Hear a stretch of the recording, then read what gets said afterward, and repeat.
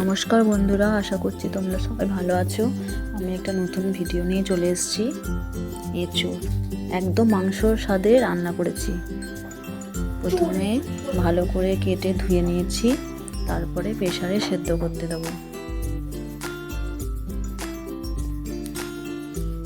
খুব বেশি সেদ্ধ করব না, অল্প করে সেদ্ধ করব। একটা সিটি দিয়ে আমি নামিয়ে দেব।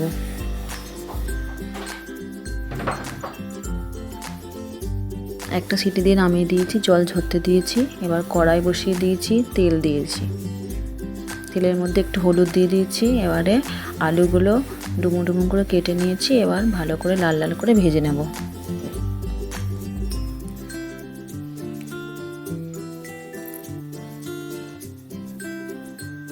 আলুটা ভাজা হয়েছে। এবারে কড়াইয়ে একটু তেল দিয়ে দিয়েছি।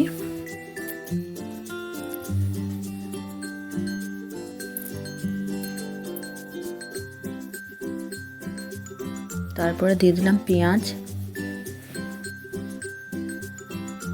ভালো করে লাল লাল করে ভেজে নেব।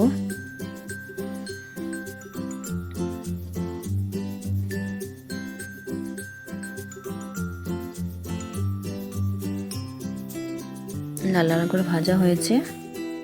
এবারে দেব রসুন, আদা রসুন দিয়ে দিলাম।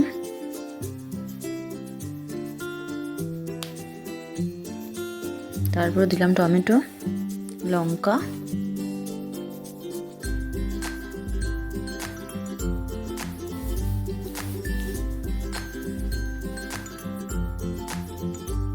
তারপর দিলাম হলুদ। ভালো করে নেড়েচেড়ে নেব। তারপরে দিলাম জিরে ও শুকনো লঙ্কা। ভালো করে মশলাটিকে কষিয়ে নেব একটু জল দিয়ে।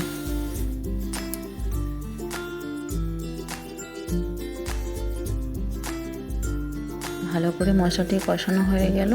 এবার আমি এঁচোড়টি দিয়ে দেব।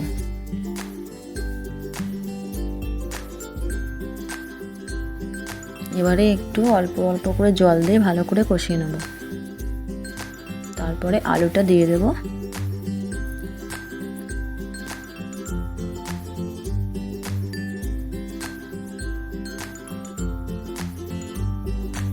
তারপরে দিলাম পরিমাণ মতো লবণ। একটু জল দিয়ে এবারে সেদ্ধ করতে দেব। আলুটা আমার সেদ্ধ হবে।